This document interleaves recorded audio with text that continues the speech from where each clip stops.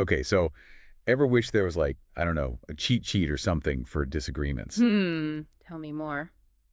For when things get a little tense with, well, anyone really, but especially people you're close to, we're tackling how to handle conflict better today. Think of it as a crash course and not totally messing things up when things get heated. Conflict. It's unavoidable, isn't it?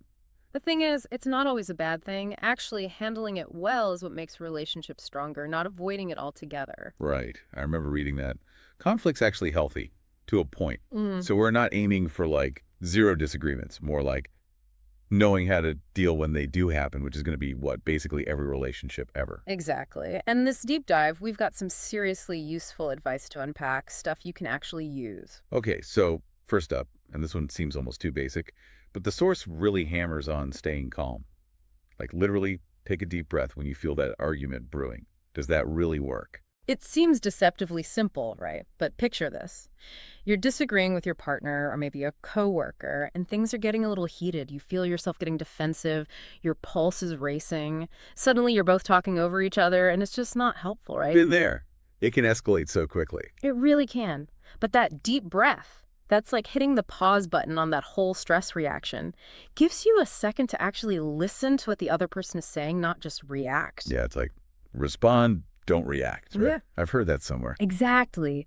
It's being mindful, choosing how you show up in that moment, which ties right into the next point, open communication. Oh yeah, the whole bottling things up approach. Right. Recipe for a disaster, in my experience, like a Yeah. pipe that's going to burst eventually. Great analogy. And this source gets it's not just venting, it's about saying how you feel, but in a way the other person can hear. They actually talk about active listening, which I love. Active listen. Yeah. So instead of thinking about what you're going to say while they're talking, you actually focus on understanding their perspective, not just the words, but their tone, even body language.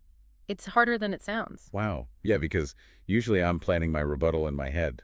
No wonder nothing gets solved. It's so common, though, and that's why this next tick is huge, though it threw me off at first, I'll admit. Ooh, lay it on me. What's the mysterious tip?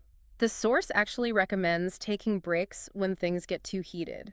Not forever, but like a strategic timeout. Wait, really? See, that's what I was going to say. Isn't that avoiding the issue? I thought so too, but it's not about running away. It's more like recognizing when neither of you is thinking straight and you need to cool down before you say something you'll regret. Oh, okay. So it's like hitting pause, not rewind. You're not ditching the conversation, Mm-hmm. just taking a beat. That makes more sense. I could see that. Right.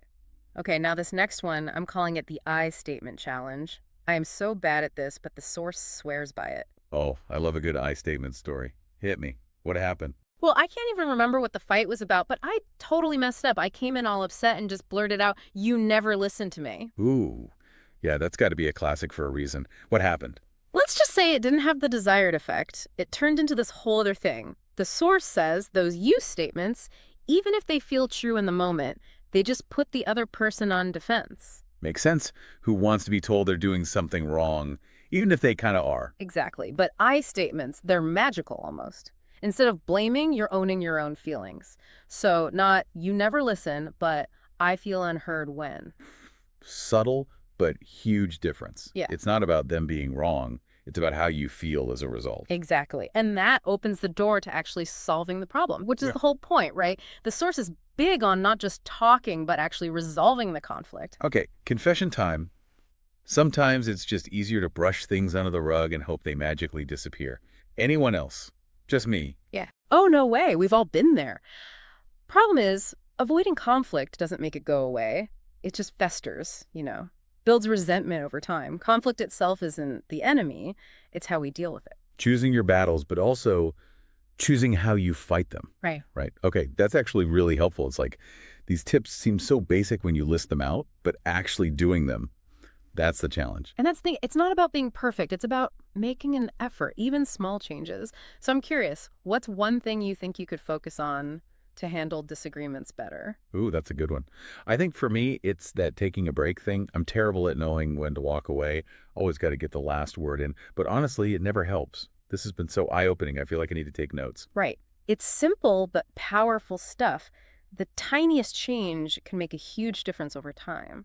So what will your first step be?